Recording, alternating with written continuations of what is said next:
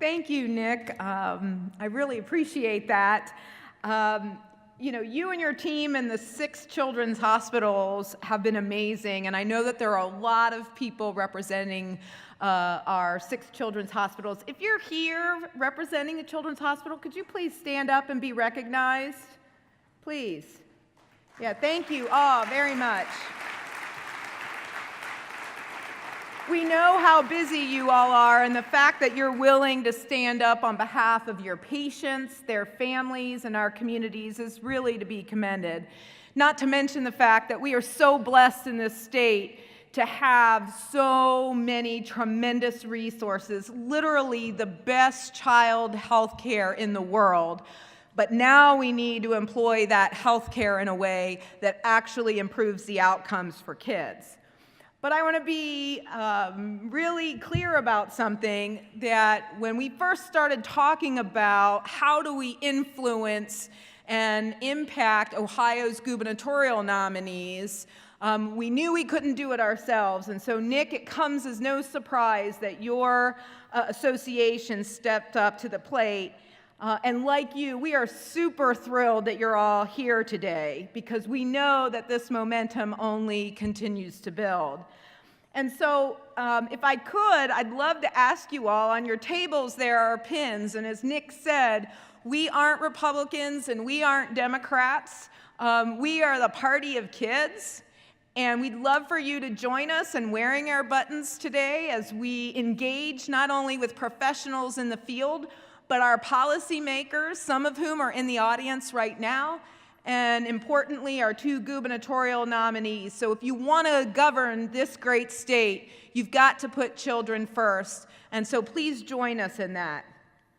It truly is my honor and great pleasure to lead Groundwork, because it's an organization that's committed to Ohio's youngest and most vulnerable learners. And so I'd really like to ask now those members of our steering committee and those who fund our important work to please stand up and be recognized. Come on. There's a lot of you in here. Yes, thank you all very much. Groundwork has a diverse and engaged and really expert table of stakeholders who work hard every day selflessly on behalf of kids. And they know from experience that kids who start behind often stay behind. So starting early is an extremely effective strategy, and we have some speakers who are going to talk about that today. But at Groundwork, we also know that when resources are limited, and they often are in our governments, that it's important to examine the evidence and invest in those things that really make a difference in kids' lives. And here the research is absolutely clear. Investing in high-quality early childhood education is a proven intervention for the long-term success of our most vulnerable children. This is true whether it's academic outcomes that we're measuring or health outcomes that we're measuring. And the health outcomes for children translate into health outcomes as adults. The choice is clear for us. We can invest more in our children's lives early and reap the benefits, or we can pay much more later. Now, someone who understands that business leaders have to be at the forefront of this work and has put his time, talent, and treasure where his mouth is Mr. Jim Sperlino. A lot of you know Jim. He's the president and owner of Sperlino Materials, which is a construction materials company, and they have concrete plants in Ohio, Kentucky, and Indiana, as well as mobile plants all throughout the U.S. Jim knows firsthand the need for a skilled workforce, and as a result has been very active in the promotion of early childhood issues for more than 10 years, both in Ohio and nationally. And I was really intrigued when I first met Jim about this fact, and how much he was really engaged both at a knowledge level and an advocacy level in this work. He is a member of Ready Nation, and an organization that leverages the experience, influence, and expertise of business executives to promote the public policies that build a stronger workforce and economy. So we find that this is an interesting area of public policy where our nation's CEO and business leaders, those who are hiring employees, are really coming to the forefront in this clarion call. I've known Jim for a long time, and I can personally attest to his knowledge and passion on these issues. And he really is the perfect person then to kick off our first plenary session. Jim has served on the board of trustees of Every Child Succeeds, a Cincinnati-based home visitation program serving first-time at-risk mothers in the greater Cincinnati area, and he's currently the board chair. In addition, he's active in Cincinnati, Dayton, and Middletown United Way, funding the programming that ensures children and at-risk families have the resources to be productive and self-supporting members of the community. He is also a moderator, participant, and the original contributor in the National Summit on Quality Home Visiting Programs, started by the Pew Center on the States, Cincinnati Children's Hospital, and Every Child Succeeds. Jim totally understands that if we want a prepared workforce and we want a strong economy, we must follow the evidence and invest where it matters the most, early. Please join me in welcoming Jim Sperlino to lead the first plenary session.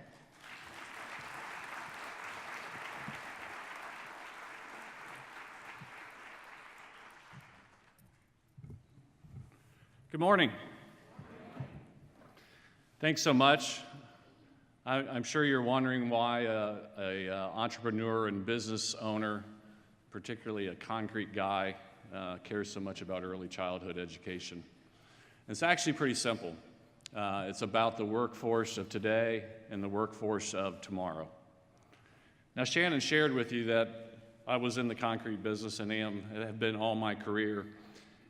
And I know full well that with a strong foundation, a building is going to be held up and last for years, just like this building that we're all in. The foundation is actually the most important concrete that went into this building. It's what everything stands on. It's what everything is built on. And without that foundation, this building would be susceptible to failure. Well, a strong workforce is the same way. Without building that foundation for our children early on, we would struggle to have a strong workforce. Just as the principles of engineering dictate about getting the foundation right at the beginning of the building project, the science of human development dictates that we get the earliest years right when building a solid workforce. We know these early years are critical time when neurological connections create the foundation for future intellectual, social, emotional, and physical well-being and development. And as anyone in business can tell you, getting everything right the first time is a lot easier and a lot less costly than fixing it later. Check out this short video from Groundwork that really illustrates the point.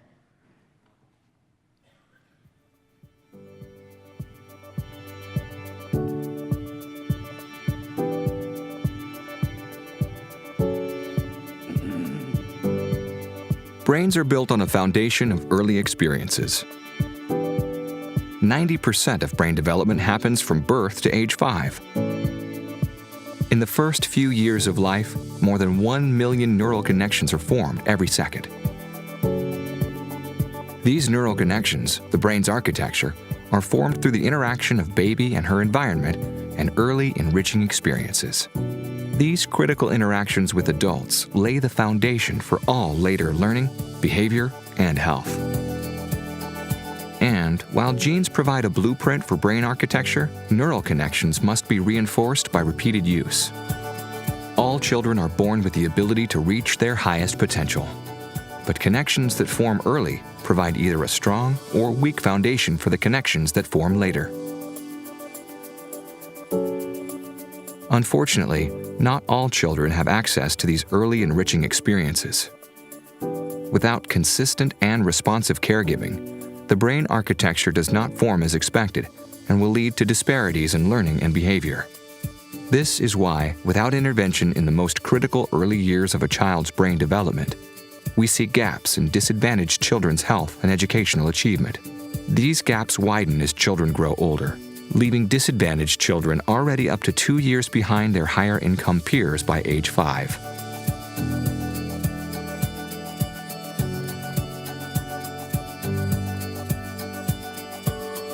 Every child has unique assets and barriers to healthy development and builds their foundation in different environments.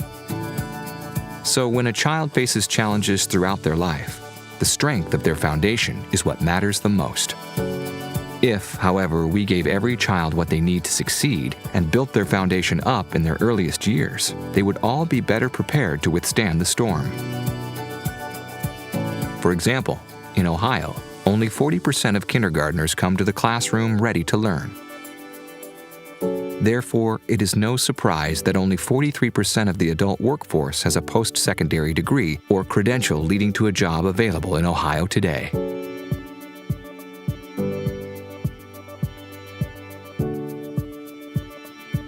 When a child's health and educational achievement gaps are predictable by race, class, geography, or other social factors, we call them inequities. Who are these children? What do they look like? Where do they live?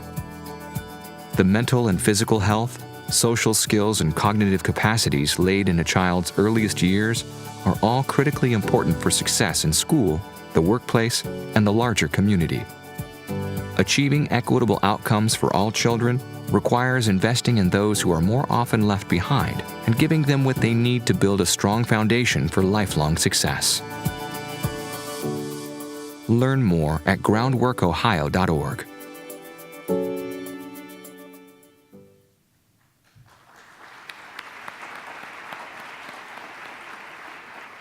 Pretty powerful.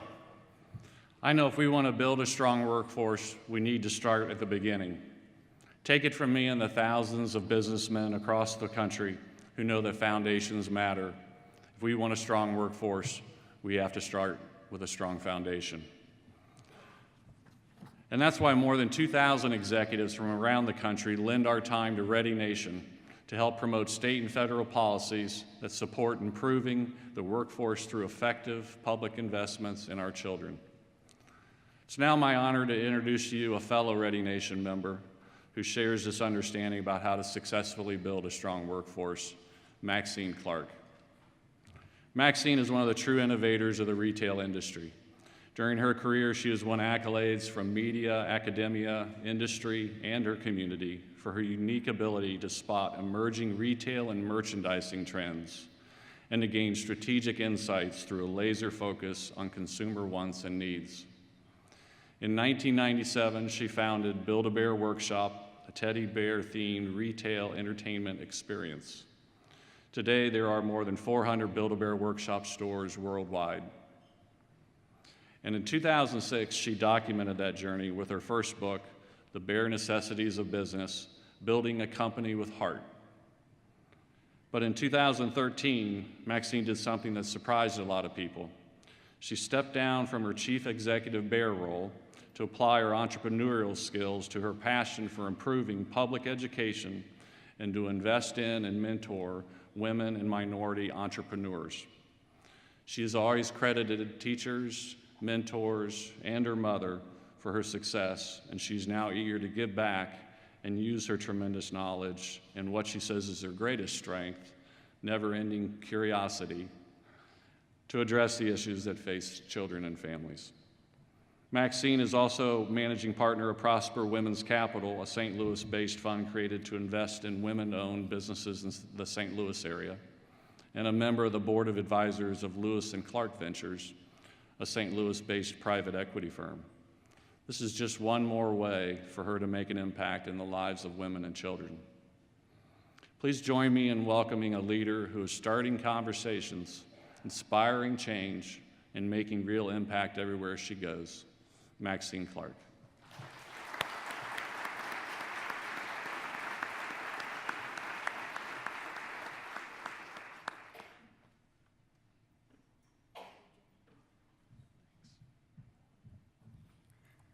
I'm always astounded at how much people have in common, even though our business is about stuffed animals. Remember, the name is Build-A-Bear Workshop, and Jim is talking about building foundations, and it's the same thing. I mean, there really isn't that much difference. I want to thank you all for inviting me here today, because I am honored to always be here for children, be anywhere. But I have a special relationship with Ohio, and I'll tell you a little bit more about that.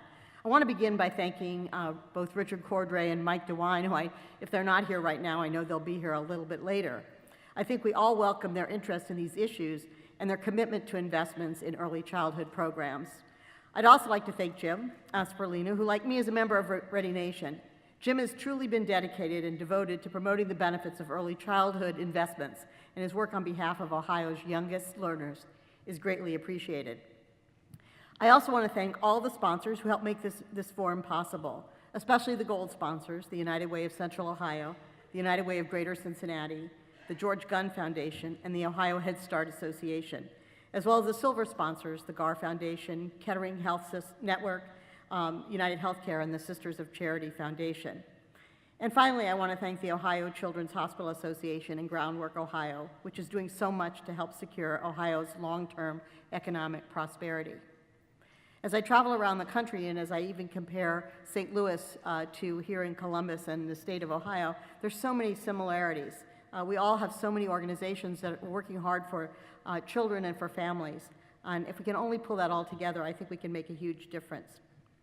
When I speak about Ohio today, you'll hear me refer to it as our. That's how I feel. We have 10 stores across Ohio and our national distribution center and web fulfillment center located here in Columbus, in the Columbus area in Grove City. And this is my state too. We employ over 300 people, and they are all a part of our Bear family. Let me give you a little bit of my background before I talk about why I'm here and why the issues we're discussing today mean so much to me. When I graduated from the University of Georgia in 1971, I wanted to be a civil rights attorney. But I needed to go to work to get the money to pay for law school. I moved to Washington, D.C., which had many law school choices, even classes at night. I got a job at the Heck Company, which was a division of the May Company, and as an executive trainee, early in my career, the then CEO came to visit our store, and he spoke to the young trainees in a room much like this. And his name was Stanley Goodman. He was really an amazing person. He said, retailing is entertainment, and the store is a stage. And when the customer has fun, they spend more money. When the customer has fun, they spend more money. I can hear the women laughing. I think everyone gets that. But it's the same for anything. When a child has more fun in the classroom, they learn more. And I don't mean that's fun just playing around and bouncing balls. I mean, really, when they find that learning is fun, they can learn faster and better. When people enjoy their work and they work in a company that has high integrity and there's benefits to being at work, it's part of the fun. On that very day, those words changed my career goals and my life journey. I took a leave of absence from law school, and I'm still on that. There's still time, I can still go back, but that's where I am at the present time. Stanley helped me see my work in a different light and with much more joyous purpose. I knew that a career in retail was for me. I was the customer of that time, a young working woman setting out to change the world. Understanding what the customer wanted was easy. We needed it all. That day I began to put my heart as well as my brain into every business decision that I made. I worked my way up, taking on different management roles with more and more responsibility. And during my career with the May Company, I was involved in everything from planning and research to marketing, merchandising, and real estate, and even acquisitions, like a very large one that we made in 1979, the Volume Shoe Company, known to its consumers as Payless Shoe Source. In 1992, I became the president of Payless Shoe Source, May's then largest division. That was a job I dreamed of, or so I thought. Don't get me wrong, it was a wonderful job. I've always said you can not have too many shoes or too many teddy bears, and now teddy bears have shoes, so it's the perfect world. My bank account was filling up rapidly. I was a woman in my mid-40s holding one of the top positions in retailing. Trouble was, my psychic income bank account was near empty. My job and being in the retail industry no longer seemed like fun. Stanley's thoughts still echoed in my ears. He declared it should be fun, but it no longer was. I could feel the change ahead for retailing, and I decided it was time for a change, to put my money where my mouth was and give back to the retail industry that had been so good to me. I knew that in order to do this, I too needed to know more, to get more education, if you will. And the day I walked away from my job as president of the then $2.3 billion Payless Shoe Source, I had no idea what business I would buy and recreate or what type of business I would start from scratch. I did know that I wanted to recreate the magic I felt as a child when I visited certain stores with my mother and my sister. These stores were special. Shopping was special. Going shopping was an event, even when we didn't buy anything. I knew that my idea would involve kids and the curious and creative child that was begging to come out of me again. So I went to the best source, kids, Who better to tell me what was missing than the audience I wanted to attract? On a simple shopping trip in 1996 for the newest Beanie Babies, my best friend Katie, who was 10 years old at the time, today she's 32, said as only a 10-year-old could, "You know, these are so easy, we could make these." Well, she was talking about a craft project in our basement, which we often did together. But I heard something different, and I saw a totally different possibility, and that day, the idea for Build-A-Bear Workshop was born. The rest, as they say, is history, but I mentioned my experience today because I wanted to emphasize that I've worked at all levels of the retail industry, from sales associate in college to trainee to salesperson to president to founder and CEB, Chief Executive Bear. That doesn't just happen. I had a great foundation, a strong family, and outstanding public school and public university teachers. The through line that connects those roles is an understanding in every case that you must have a strong workforce for our economy and our country to succeed.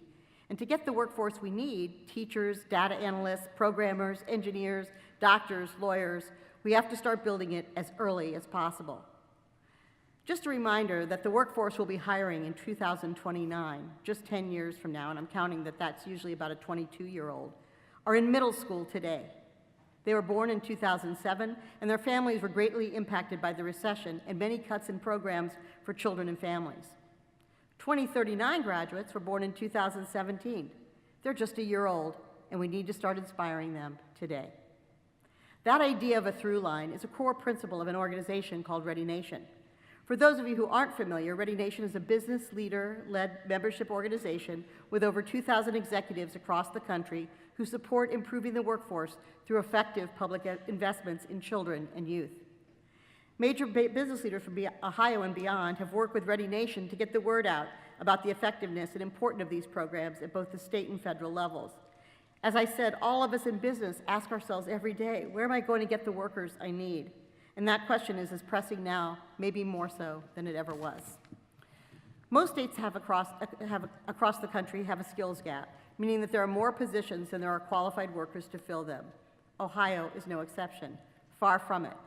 In fact, by 2025, Ohio will need 65% of working-age adults to have a degree or credential. Yet only 44% of Ohio's working-age population currently has that level of education. I'm on the board of Barnes Jewish Hospital in St. Louis, Missouri, and on any given day, I checked before I left town on Monday, we have about 2,500 openings, all different, but that includes nurses, which is a big need for us, but it's all levels of jobs below that, other than the doctors. It's amazing to me that that many jobs is open, and yet we can still run a hospital, but we need to run it better. We have to act now in order to make sure that the workforce is as strong as it needs to be in coming decades. This isn't so far off, and it's not a hypothetical problem. It's real, and it's not limited to the distant future. It's right now, just as I see in St. Louis. The United States Chamber of Commerce recently cited a national poll that found that 54% of the employers surveyed said that they're currently unable to find qualified applicants for open positions. Here in Ohio, nearly 4 in 10 small and middle market business owners say it's harder to find qualified employees compared to 6 to 12 months ago. They list their biggest challenge as candidates don't have the skills needed for the job. Employers that find themselves in this situation have options that range from bad to worse. The first option is to leave the positions open until they can find candidates with appropriate qualifications. As everyone in this room knows, leaving positions open means operating at less than full strength. Productivity suffers. So does morale, since other employees have to pick up the slack left by these unfilled positions.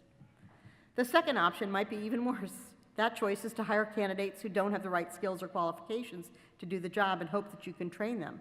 No matter how careful and diligent a business owner is, unfortunate hires happen from time to time. But the skills gap creates a scenario in which some employers, out of need and desperation, will opt to make subpar hires on purpose. While it's not ideal to ask competent employees to work longer or harder to make up for unfilled positions, it's even more troubling to rely on an unqualified person to do that work. Those are the choices that the skills gap leaves us, and our skills gap is particularly severe in STEM fields. Because growth in the STEM sector is relatively rapid, the gap is even more urgent concern. All of that's bad news, but I'm not only here today to talk about bad news, I'm here to talk about solutions. There are 3 types of effective evidence-based programs I'd like to discuss. Each can contribute as ways to improve Ohio's long-term economic strength. These programs are home visiting, child care and preschool, also known as pre-K or early childhood education, and I'll begin with high-quality preschool. My work with Ready Nation has highlighted some of the reasons that high-quality early education is such a powerful tool for building the workforce that we'll need in the coming years. First, you saw in the video, the scientific consensus is that the first 5 years of life are a time of irreplaceable brain development. Amazingly, research tells us that the brain forms more than 1 million new neural connections per second during this period. Failing to educate a child during that unique window of opportunity can create achievement deficits that last a lifetime. That's right, deficits in achievement actually start before kindergarten. Believe it or not, disadvantaged children can already be as much as 18 months to 2 years behind on the very first day of elementary school. Already being a year and a half behind is a big deal when you're only 5 years old. These early deficits are as significant for math skills as they are for literacy. They also lead to even more problems down the road. We know that kids who face an early deficit in achievement level are more likely to need remedial instruction. We're seeing this play out in Ohio. Only 40% of Ohio 8th graders are proficient in math, and just 39% are proficient in reading. And I say this, because it's not that different in St. Louis, Missouri. You're slightly better than we are. It's pretty stark numbers. And 16% of Ohio high school students do not graduate within 4 years. This need for remediation lingers for years, even when these children eventually reach college. At public colleges in Ohio, 30% of incoming freshmen require at least one remedial education course. This is a colossal waste of time and money for both students and taxpayers. Education during these first 5 years sets the stage for the development of the skills needed to succeed in the workplace and in life. Investing in high-quality early learning means that more kids, especially at-risk children, have an opportunity to begin to learn those skills as soon as possible. And to go back to the point about math and reading for a second, while a lot of people know how important early reading is, fewer understand the importance of early math. I want to underscore that importance. As Science Magazine pointed out, preschool children's knowledge of mathematics predicts their later school success into elementary and even high school. Further, it predicts later reading achievement even better than early reading skills. That may sound counterintuitive, but it drives home the point that closing achievement gaps in the early reading and early math is a major priority for all of us who care about developing tomorrow's workforce.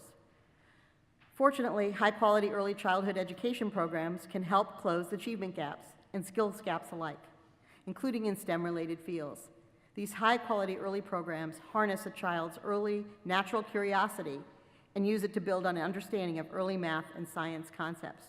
I was working on an election in Missouri a few months or so ago alongside some union workers, and one of them was a bricklayer, and he happened to tell me that he really was a really superstar in math. And I said, how do you use math? I didn't know. I said, how did you use math in your job? He said, I have to measure everything. He said, if I didn't know math and I couldn't figure out how to cut the bricks and lay the bricks right and how much that path was going to be, he said, I'd be out of work. And I had never really thought about it like that. And I think that's really important to think about how many jobs we need, especially in the trades, and how much they too require math and reading skills at the top of the class, not necessarily somewhere that we think at the bottom. So it's really important that we inspire children to think and read and use math and science skills to their best ability. We're fortunate that Ohio has its early learning and development standards to help guide this kind of educational development. While the standards establish the skills and knowledge that children must achieve at each grade level, they don't tell teachers how to teach, nor do they specify a curriculum. These important decisions remain under local control, but the standards do include topics and content that lay the groundwork for an understanding of STEM disciplines.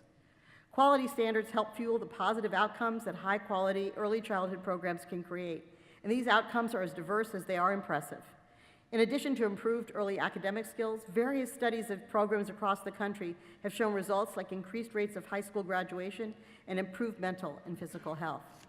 Not only that, but there are nice short and long-term returns on investment associated with early childhood education. I think this is something that is truly incredible, and if we know this, why aren't we moving even faster?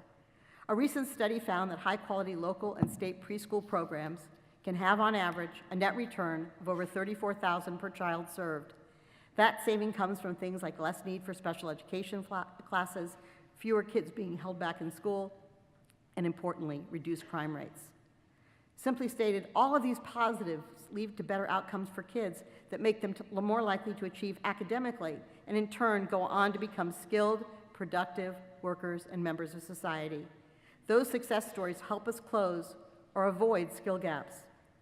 I mentioned a few minutes ago that the first 5 years of life are a crucial time in a child's intellectual and social emotional development, but that includes time even before pre-K would begin. And we know that educational deficits can appear in a child as young as 9 months of age, particularly at-risk children.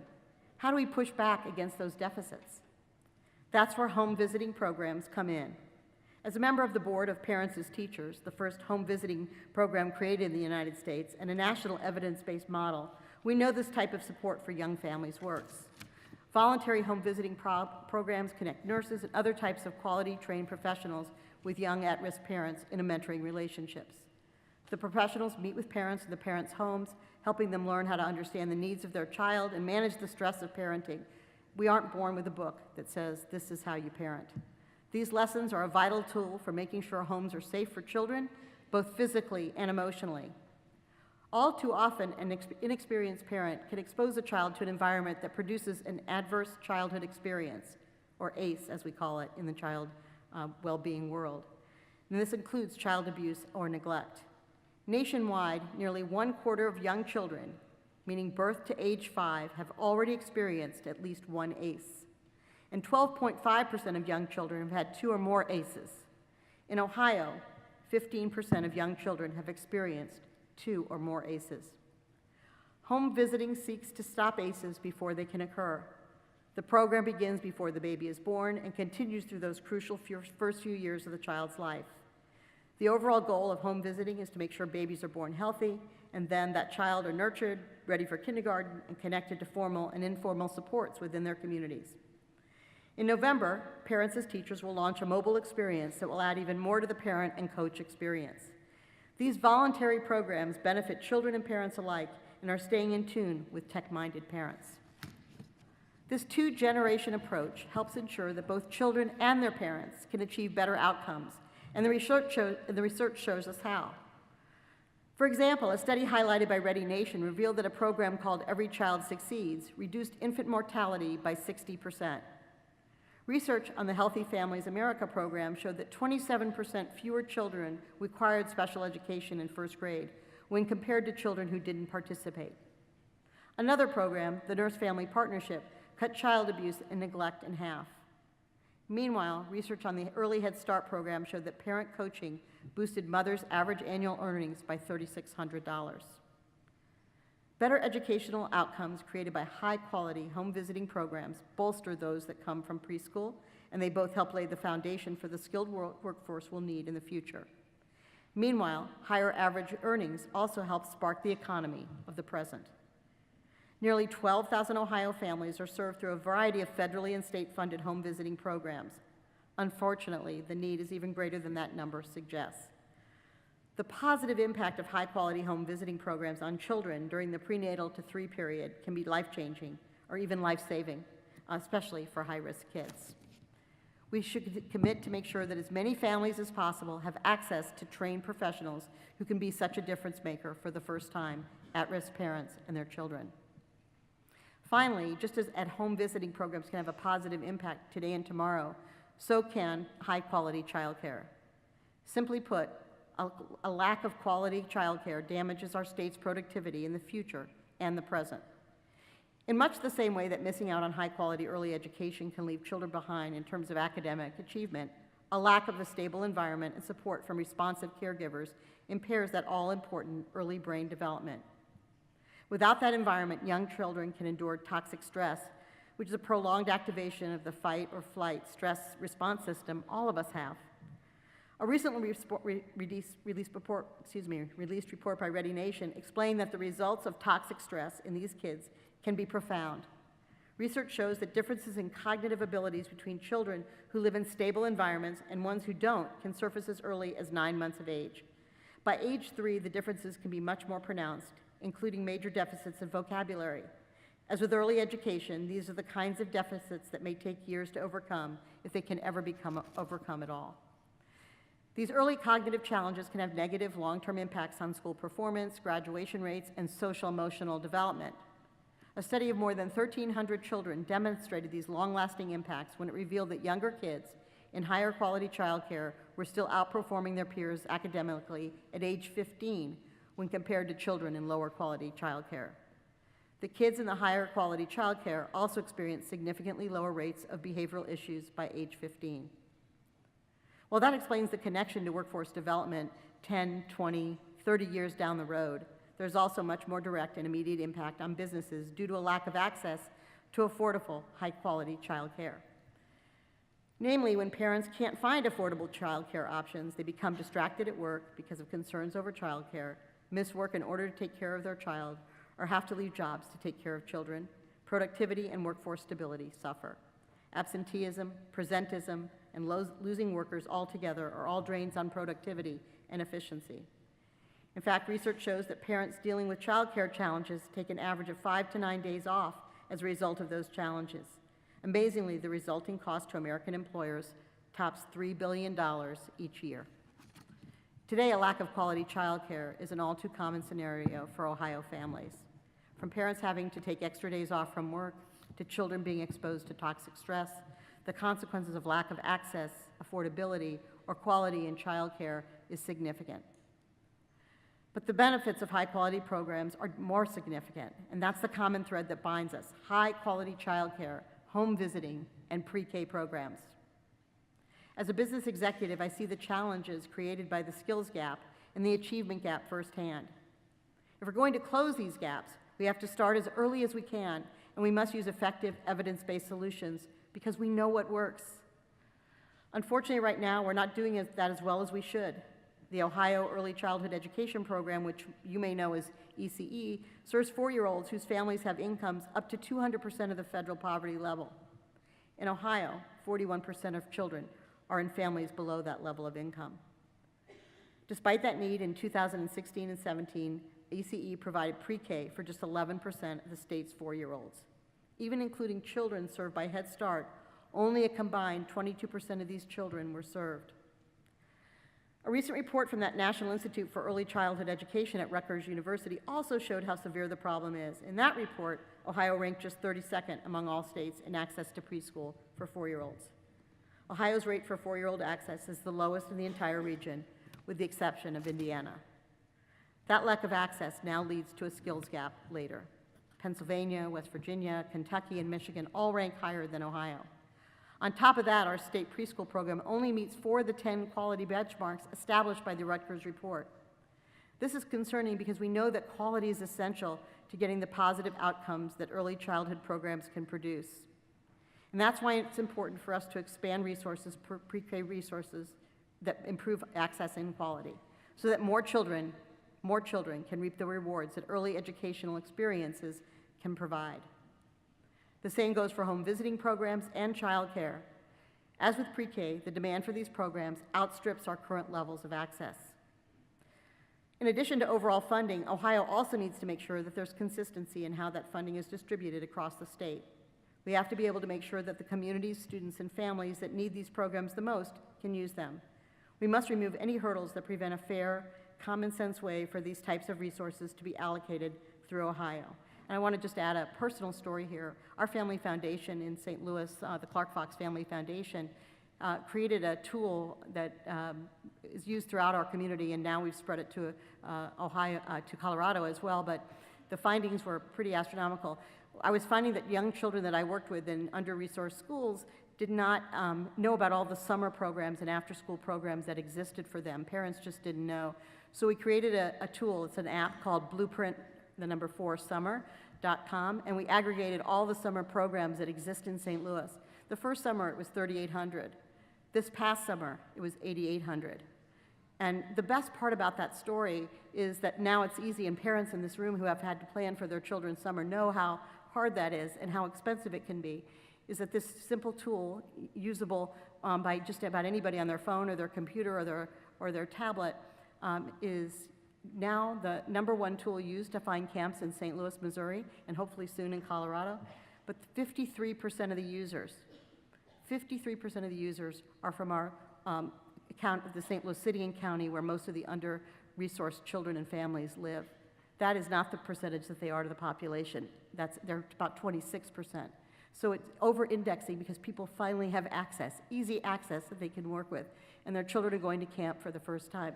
And our foundation also provides, along with those friends of ours that are involved in this kind of work, or early childhood work, have provided this past summer $100,000 of scholarships for those camps.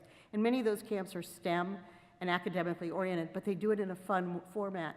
And so we're building future scientists and electricians and bricklayers and all kinds of professions that we never knew possible. And I think these kinds of things work when you make sure that they work. We don't market it in fancy ways. We use buses and billboards and churches and schools to tell the story, and we get a lot of free press about it, but it's just because people really want to help their kids, they just don't know how. So giving them access is really, really important. Making the right investments in high-quality early childhood programs will help us close our state's skills gap, boost our workforce, and strengthen the economy for years to come. I encourage all of you who agree that these are important goals, and I don't think anybody in this room doesn't agree with that, to contact policymakers and ask that they support the next generation of workers by prioritizing investments in quality early childhood education. One of my favorite quotes, yes, go for that. One of my favorite quotes sits on my dresser at home. If you can live your imagination, your life will be a dream come true. My teachers and the access I had to high-quality public education fueled that imagination. That's our job for the next generation, to give them access to hopefully better tools and experiences to fuel their curiosity and develop them to be the workers and entrepreneurs that we need. I encourage each of you, no matter your place in Ohio's future, to use your imagination, think big, explore the possible for the present and future generations of Ohioans. Thank you again for allowing me to share my story. Build-A-Bear was the end result of my dreaming big. Well, maybe not the end result, but one of the biggest results so far of my dreaming big. And I think everyone should have that opportunity to dream big, but most especially children. I hope that our commitment to these early childhood programs will help make them dreaming big a reality for all Ohio's children. That's my story, and I'm sticking to it.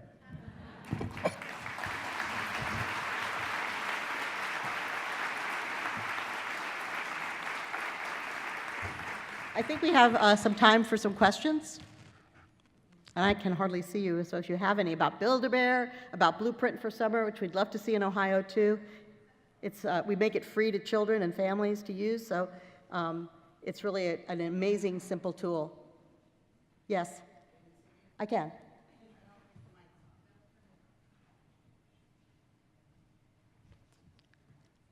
Tell me your name too, when your mic works. Hi, Peggy, and thank you for your service. There it is. Got it. This one. I'll move over here. Thank you so much for your leadership. It's really awesome. You know, when I was 4 years old, no one went to preschool. When my kids were 4 years old, the children of not necessarily the wealthy, but certainly my peers all sent their kids to preschool, largely so we could go play racquetball and go to the grocery store and that sort of thing. Today, preschool is absolutely an indispensable need for children. Have children changed, or has something in our society changed that makes early childhood education so critical for children's future? I ask myself that question all the time. I didn't have to go to kindergarten either. It wasn't required, and I didn't even know how to read until I went to the first grade, and I turned out to be an avid reader. Somehow, something has changed. I certainly think technology, all of it, from the telephone, you know, and all of us having our own phone and not the party line. I know I'm aging myself and dating myself when I talk about that, but I remember picking up the phone and being able to listen in on my curiosity clicked, and I could listen in on all my neighbors' phone calls.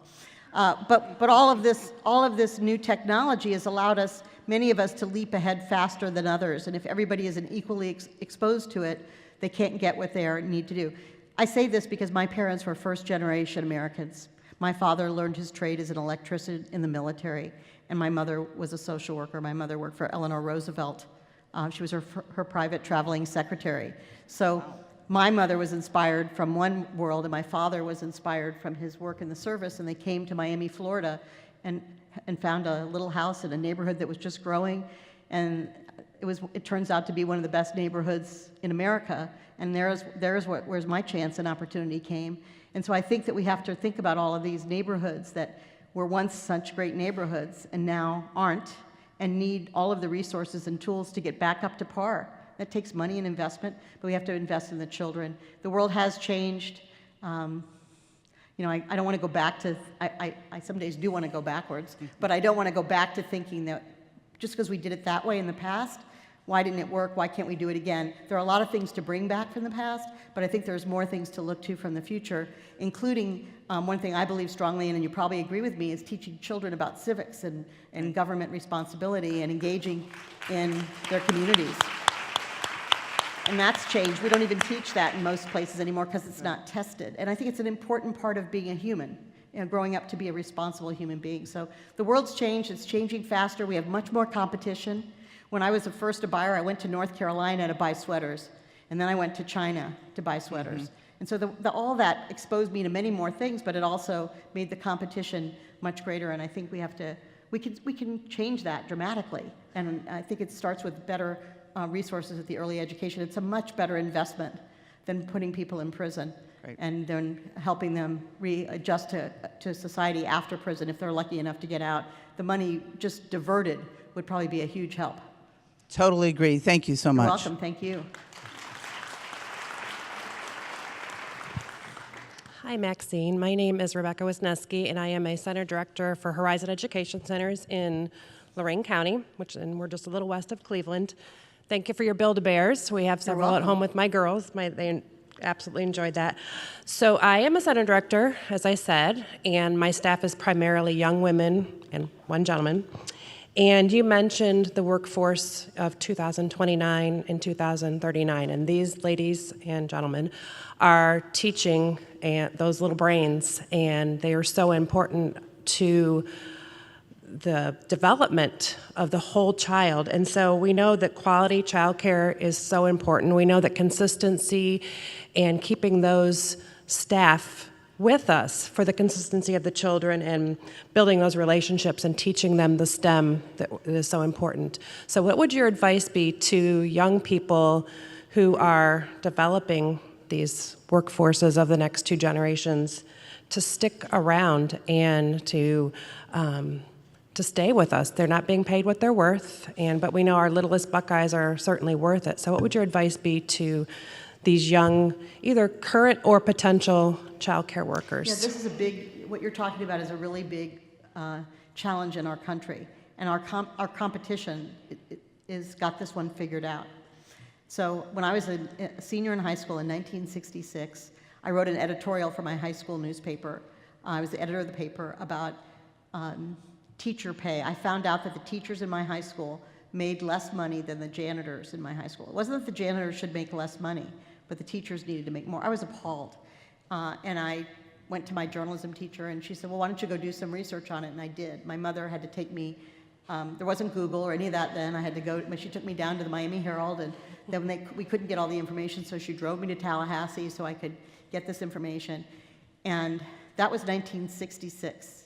And in 2018, teachers are still the lowest paid trained workers in our economy. And we are not going, it is a big problem. There is definitely a gap in young people that do social service, teachers, social workers, that touch our children and are so vital to their upbringing. Early childhood teachers make the least of all, and they don't necessarily in every state have the same kind of certifications or even have to be certified.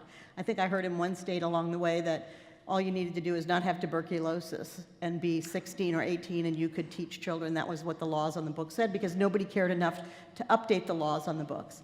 So again, back to civics and civic engagement, you always don't do it for the money, but with all the other things happening to young people today, the cost of a college education, they have to get a job where they can pay back their college loans, and they want to. So we have to think about that from that perspective. But we also have to think about it from this perspective of rewarding talented people to teach the next generation of scientists, teachers, lawyers, as I said. It is one of our greatest problems. I don't bring it up all the time because it gets overwhelming to think about all the things that we face and how are we going to afford all these things. But I've heard of states that recruit their valedictorian and salutatorian for free college education at their state university if they'll go in the Department of Education and teach for 4 years. Teach for America, AmeriCorps, all of these incredible programs attract some of our best and brightest students to our communities. I know you have them here. And we have to take those young people that do those programs and reward them by other opportunities in our community, by hopefully financial pay and certainly recognition, networking with business executives like programs here to get to see that what they're doing really matters because we need them. They have the energy and they have the naivety to go at this work in a way that many of us just say, we've tried it, we've done it. They have that open-minded spirit. So if you want to email me or give me your card, I'll speak to them myself. But it is the greatest work they could be doing. As a person who's very much involved in Teach for America, I can tell you that the young people in our state of Missouri that I've mentored that came to Teach for America from Missouri are now running. Our senators in our state are running for many, many offices at the national level and have gotten a renewed sense of commitment to early. They certainly know about education, and I think that's what we have to do. We have to keep plugging away at it. It's a long answer to your question. I wish there was a magic bullet, and I brought my wand today, and I could sprinkle my berry fairy dust on you, but it's not that simple. Well, thank you. You're welcome. Hello. Oh, maybe I'll go to this Yeah, that's one. one more. There we are. Thank you. Good morning. My name is Tracy Naheda, and I really appreciate your comments when you talk about the challenges that young parents face of small children. And, you know, my question is very simple. It's more along the lines of how can our employers and communities partner together to make sure that these young parents between the ages of 18 and 24, who are oftentimes our, poorest segment of the population in terms of parents, that they're successful in supporting their children and making sure that they thrive? Well, one of the things is for us as employers to know all the resources that are possible for them. If we can't provide them all ourselves, but we could know about them. United Ways all over America are great resources of information that provide resources to families that need them. So sometimes you don't even need it yet, but knowing that you have it, knowing it's part of your community.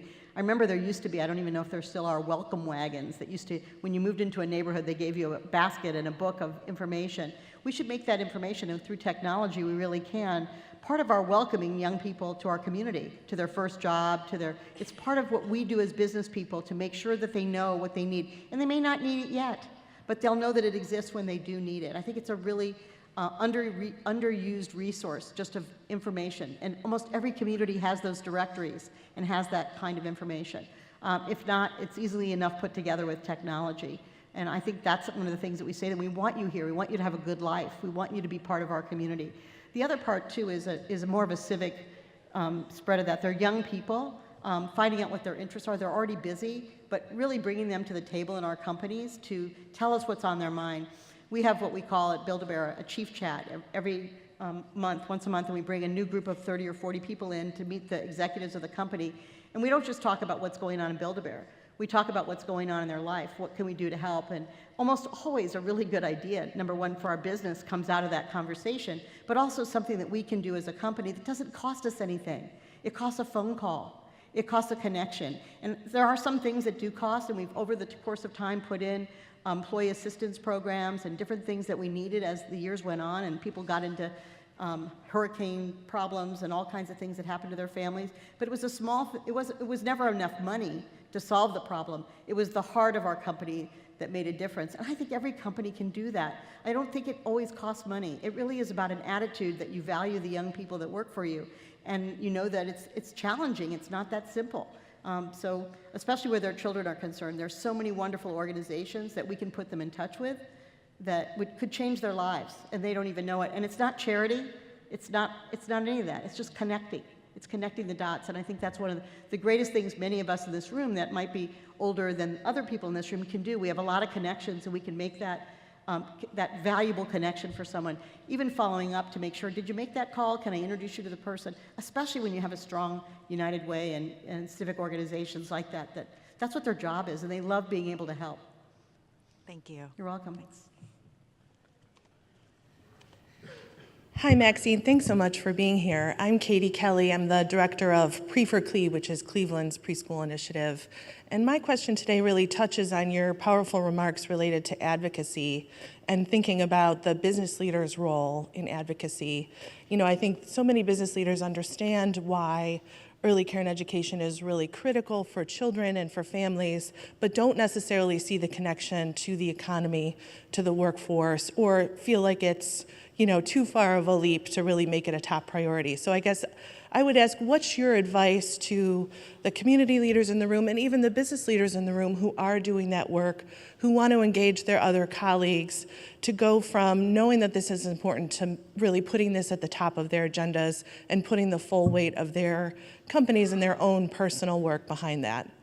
Yeah, that's a really good question. I hadn't thought about this before exactly like this today, but I know that my husband and part of our team and our family foundation do work like this because we had such a serious problem in the criminal justice system in Missouri, and we realized that we didn't know much about it, neither did our friends.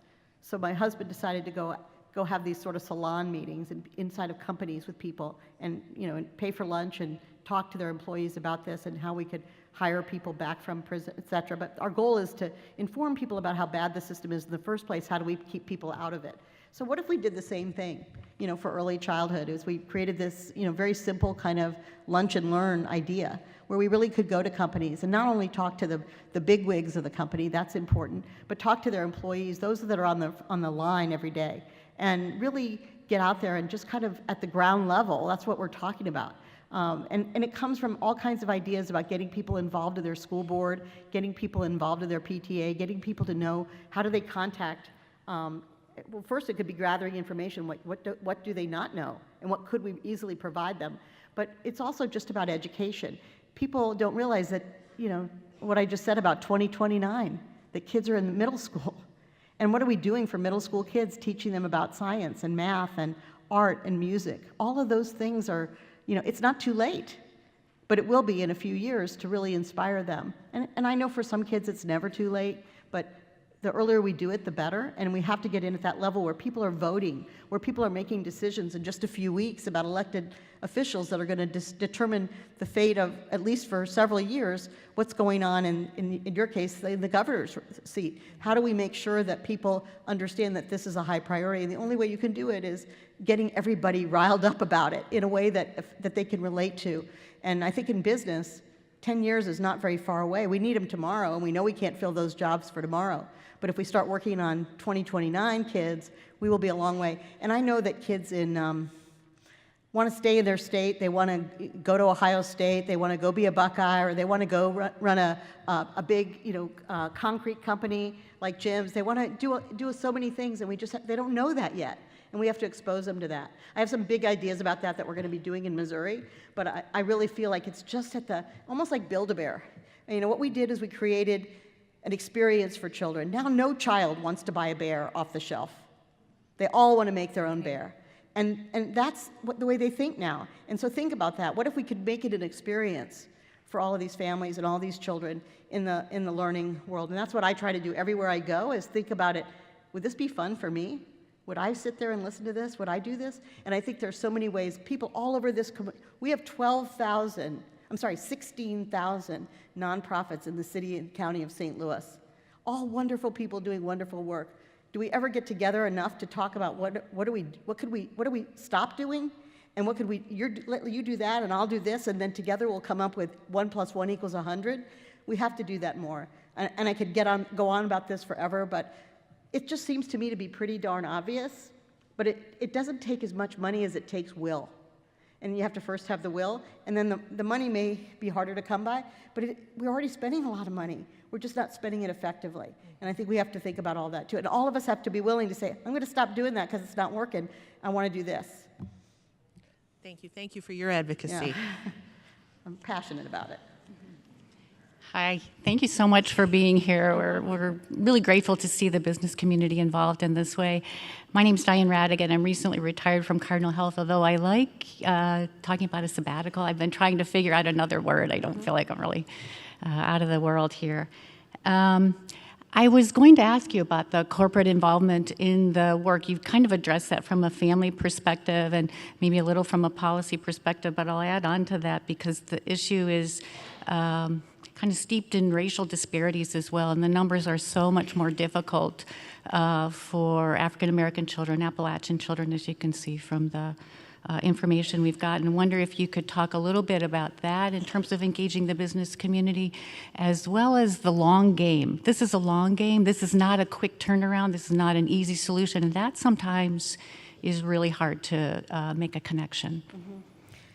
Yeah, it's so true. And actually, all of my work that started with, actually first started with Teach for America and then started with us bringing KIPP charter schools to St. Louis, and they're in neighborhoods like you're talking about. And even though I'd been in those neighborhoods before, because I'm often asked to go speak to people about Build-A-Bear, and children love for us to come and do that, I had never really talked to the parents that much.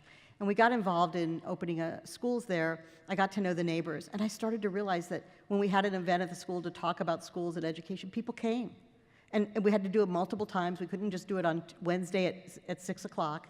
We had to do it Tuesday, Wednesday, Thursday, Friday, because there are always people when we added up all the people that came and all the unique people that came, there were hundreds of them from this neighborhood, hundreds. They just couldn't all be there at the exact time that I wanted because they worked or they were busy taking care of other children. So you have to think about accommodating people. Again, making access accessible.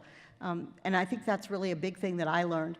And then the other part is that remember that a lot of these communities have been ignored for such a long time that getting people to come to the table and stop complaining and start using solutions, thinking about solutions, takes a little bit of time because they got a lot to vent.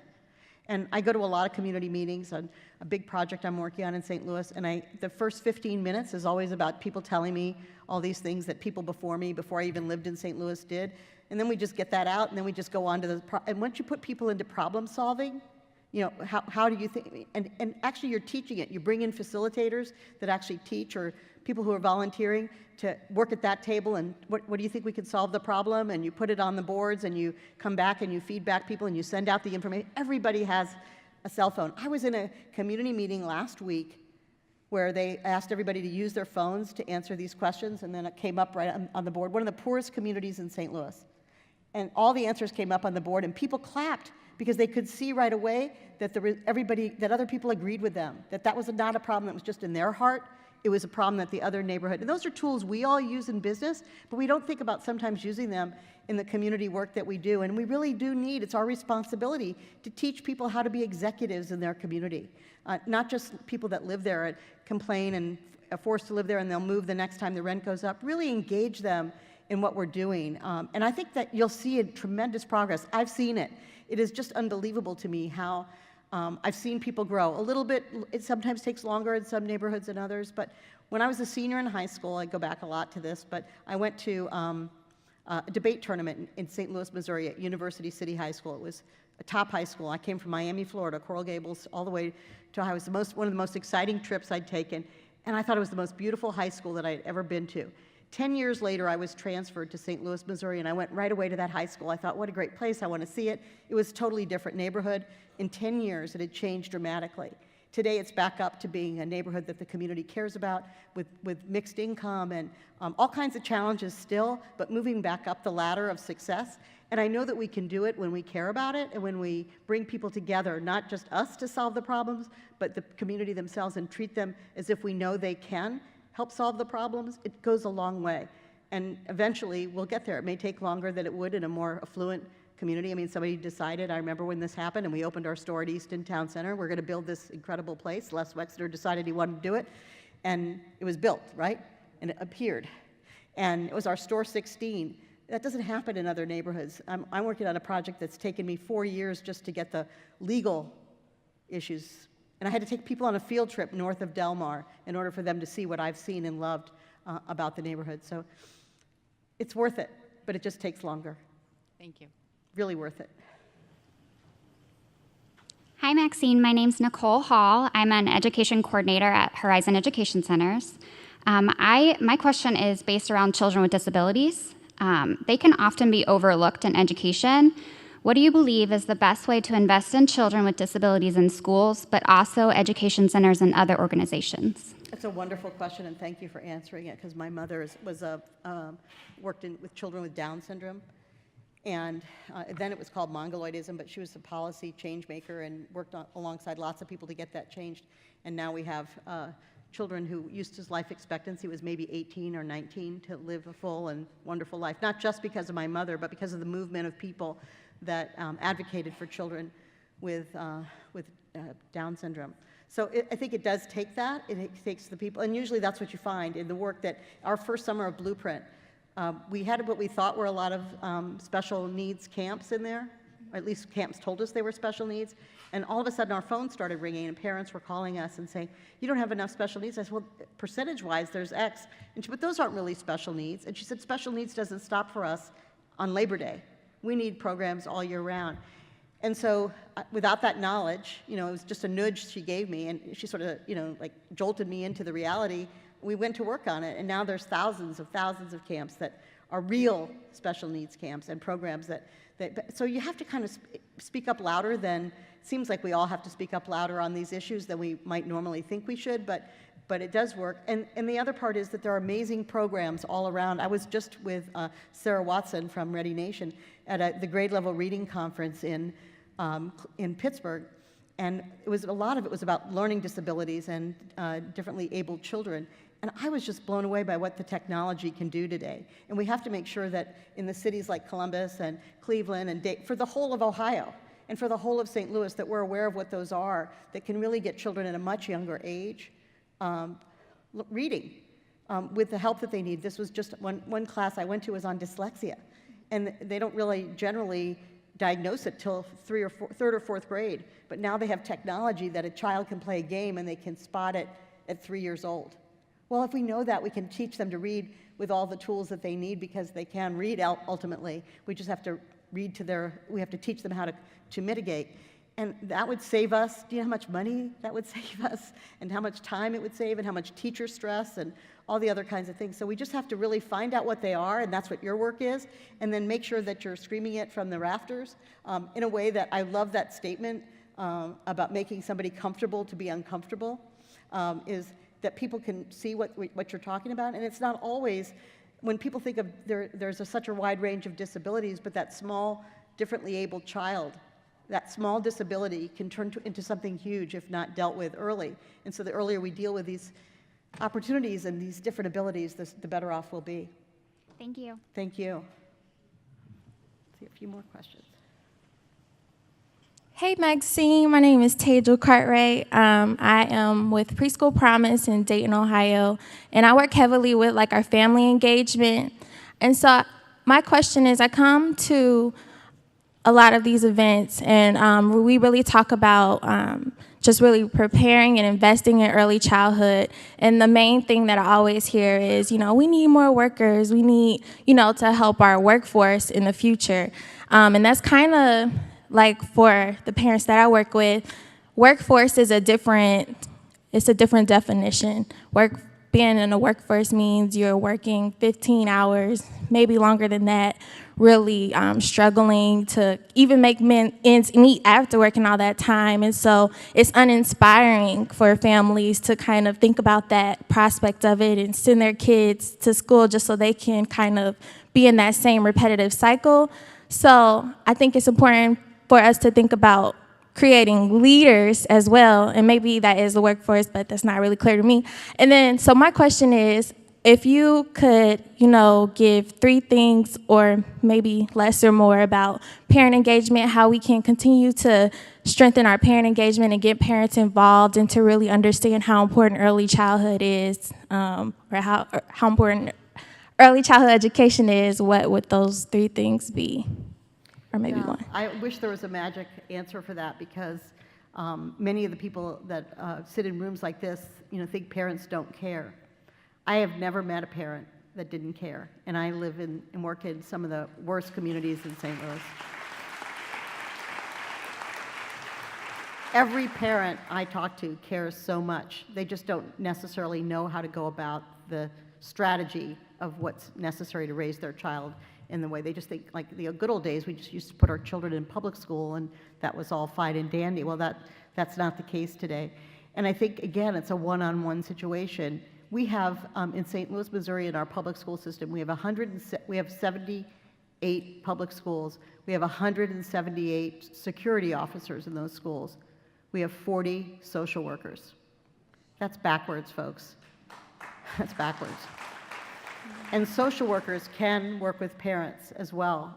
We have, in some schools I know, in some of the more affluent communities, they have parent resource coordinators. So they help parents find the resources that they need in the community. That's great. It needs to be in every school. And so sometimes the structure of the jobs changes in some more under-resourced communities. You're going to have to add more people or take away another job that might have existed that's not necessary. In fact, in Jennings, Missouri, which is the town just next door to Ferguson, Missouri, we have 60 school districts in St. Louis. Let's not go there. They're all teeny tiny ones. This one was a small one. And the superintendent, Tiffany Anderson at the time, she had a secretary, and she says, I don't need a secretary, I need a social worker. And so she made her own appointments, and she did all that, and she reallocated resources in order to change the school district. And I want to tell you that today, she left to go to Kansas, but that 100% of the high school students graduate. And they all graduate with going to college, career, military, with certifications to start employment the day after they graduate, because she started to make those kinds of changes. They built a halfway house for kids that were homeless. They have all kinds of challenges.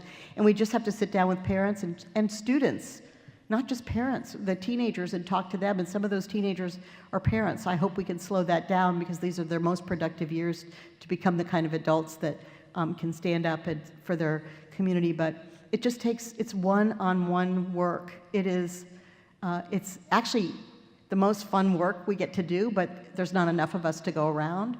And I have to figure out how to reallocate resources so that we're putting social workers where we need them, parent liaisons where we need them, teachers teaching, not becoming school nurse. Oh, school nurses are a whole nother story. School nurses, being the nurse, the social worker, the parent liaison, they can't teach the other kids, the other 20 kids that are working fine, the 5 kids that are being challenged. We have to find a way to do that, and the only way we can do it is getting involved in the schools and getting involved with teachers and educators that we know and giving them the supports that they need to be successful. It's a very complicated problem, but knowing that it's a problem and knowing that it's solvable, bit by bit, we can do it. Good morning. I'm Eric Korolak with Action for Children, a service agency here in Central Ohio. And I have to say, I'm so inspired to see a strong, successful business leader leading this charge, and so knowledgeably as well. You can go deep as well as broad. Thank you for doing that.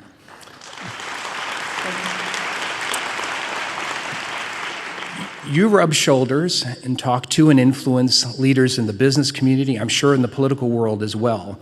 Not all of us do that. And so I'm wondering if you had one piece of advice, one critical question, one thing you would ask, maybe demand, of our next governor, what would that be?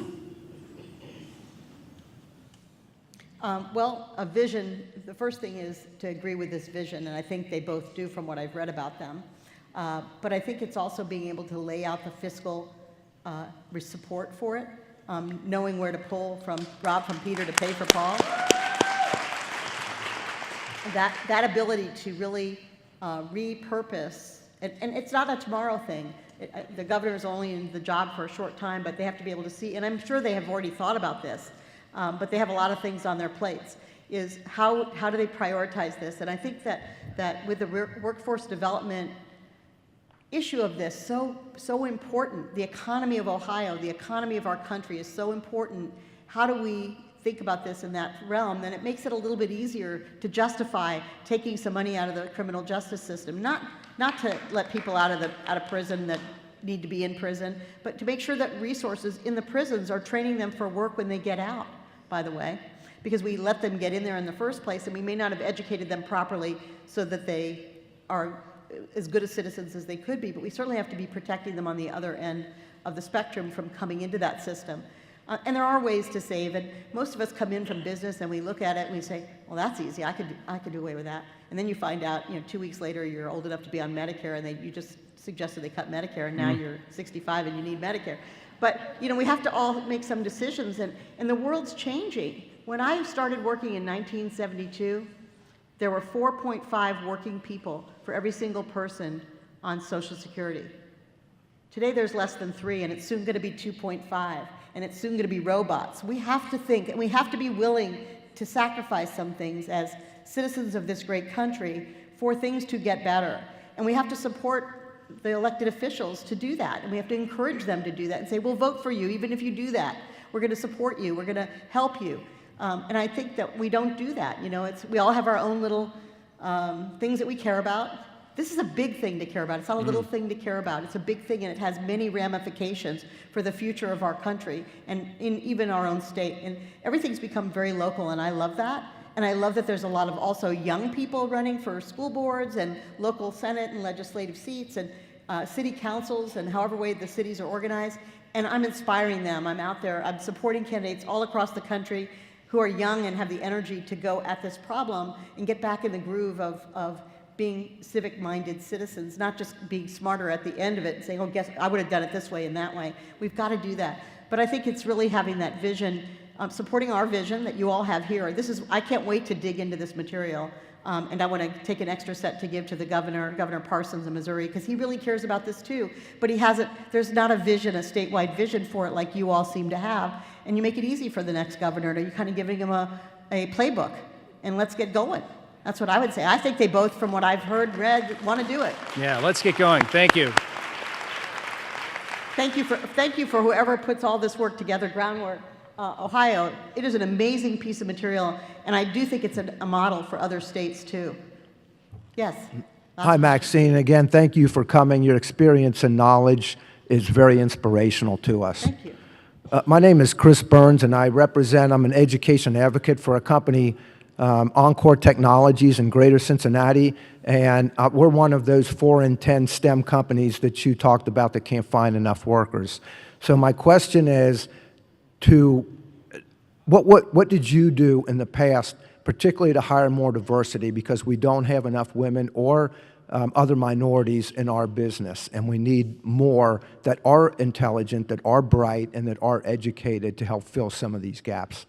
Yeah, it's a great question, and you know, because today's the problem, and we're worried about today, but we have to build on it tomorrow.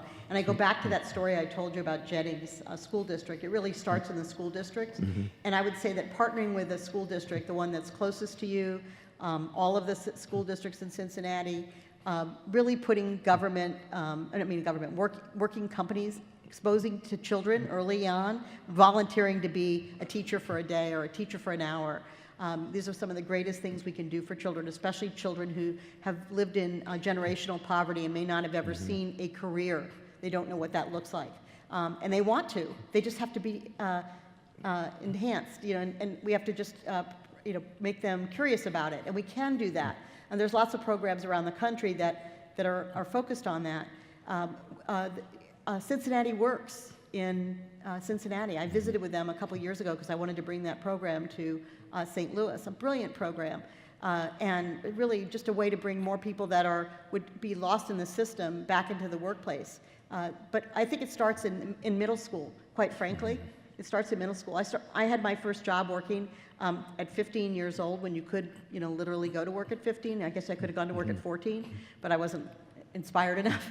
But at 15, I went to work, and I remember, it was maybe $1 an hour or less, but it was money. It was something I had in my pocket, and it taught me a lot about the future. And I think we have to do those kinds of programs where we can encourage young people. We have a program in St. Louis called Launch Code, which teaches young people how to code. In high school, they can be dropouts.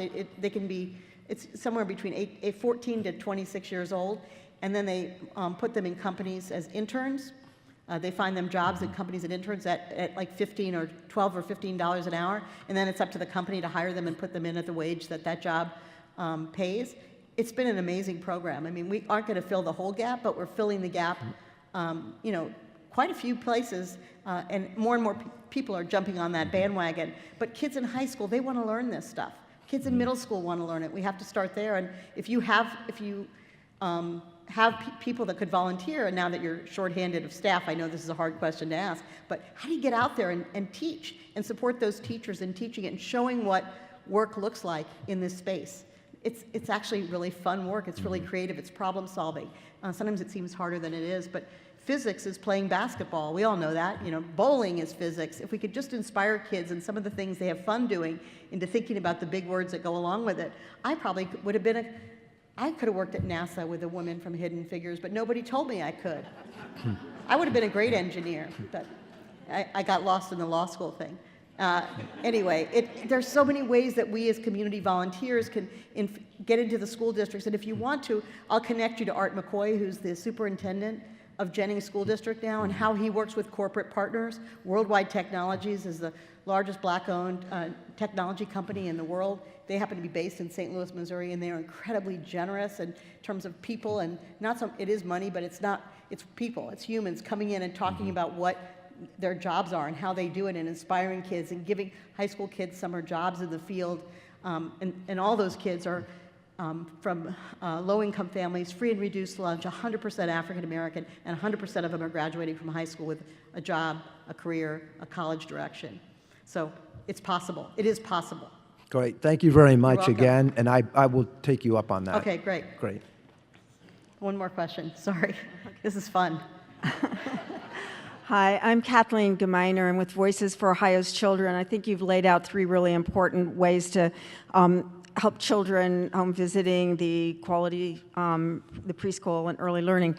The question I have is, as we think about social determinants of health, and many of these children are in homes where the rents are so high, parents are really struggling just to, stay in their home and provide that stability.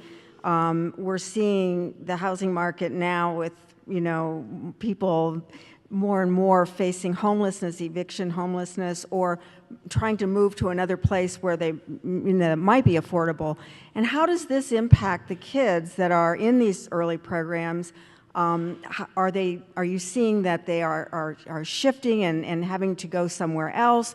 Or what could be done, and what could be done by policymakers to make a difference with this particularly difficult social determinant of health, the housing? It is a very big problem, and we have a big organization in St. Louis called Beyond Housing, which is one of the neighborhood housing developments. It was in a very upscale, middle-class neighborhood before the 50s, and now it's changed dramatically, and they buy houses and redo them and rent them and sell them back with low down payments to communities so that children stay in school. And I'm on the board of that organization. I've met so many families. It's working.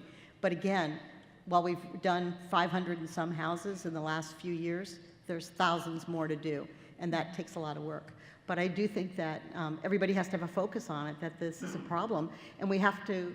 I always lived in a mixed income neighborhood. I can't imagine, we have to think about that and the good that that does for a community, not the bad that it does, or, firstly, it lowers the value of my house. Well, your house is going to help the value of somebody else's house. I mean, this is America. This is the core of America. And what we did when we barn raised and drove miles to school and helped our neighbors, this is what we do. And I can't imagine that we've gone so far away from it. It's also one of the things that is really helpful. And all these communities, in that particular community that I'm talking about, we have those resources available. But it's still a fight, to bring everybody to them, to admit that they have a need. People are proud, and they don't always show up because they don't want to show up. They show up because they don't think they need it, because they've got this under control, but they don't. And we have to, again, it's just about outreach and finding those organizations and supporting those organizations that really are making a difference. That there are many, but there's just so many organizations trying to do good. We have to work more together and collaborate. And, again, I think maybe some have to go away so others can get bigger. I don't know exactly each one's different, and it's different in a merger of a business than it is in a merger of a nonprofit. I don't think that's necessarily the answer I want to talk about, but I do know that we have to collaborate more. And if somebody's good at this part of homelessness, and then somebody's good at the food and the housing part, then somebody else is good at this, we have to work together as a network that provides all those services, and we can push it on to the next person, somebody that we trust that can get it done. So it starts here, it goes there. Again, a lot of what our United Ways across the country do, and I think we can make a big difference. We just have to work more closely we need each other more than ever, and I'm not sure we're working together as much as we should, and we're going to need to if we're going to make that money go as far as possible. Thank you. Okay. Thank you.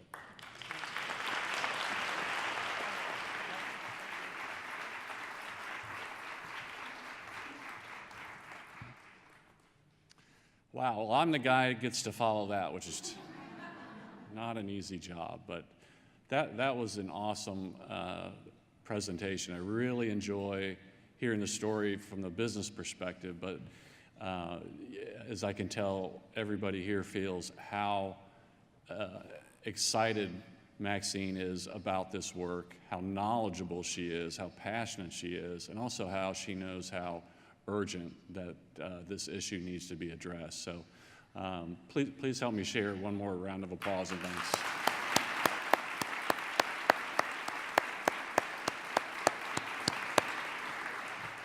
I think simply put, we just can't afford to let this issue and this time pass us by. And so I'd like you to take a look at a final Groundwork video that explains this.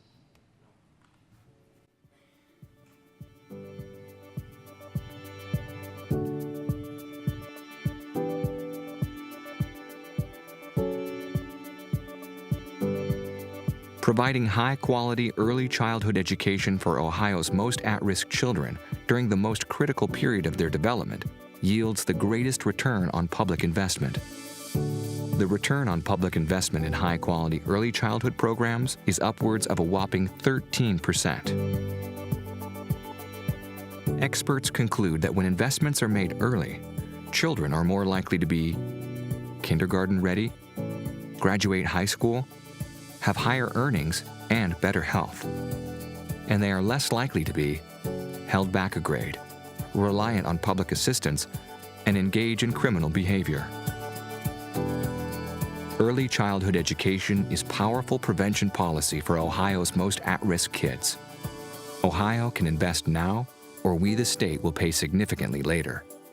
Just like we can either pay a few cents for a parking meter or pay for an expensive ticket later, or buy a low-cost smoke detector, or pay to rebuild a home after a tragic house fire. We can similarly invest in quality early childhood education, or pay later in the costly juvenile justice and adult correction systems. Current investments in the education of Ohio's children do not reflect what we know about brain science and the economics of human development. Only 6.3% of state investments in education are spent on children from birth to 5 years old. To improve school outcomes and increase the lifelong success of children, Ohio needs greater investments in high-quality early childhood education for our most at-risk children. It is the proven investment for kids, communities, and taxpayers. It's time to draft a new blueprint for success. Join us.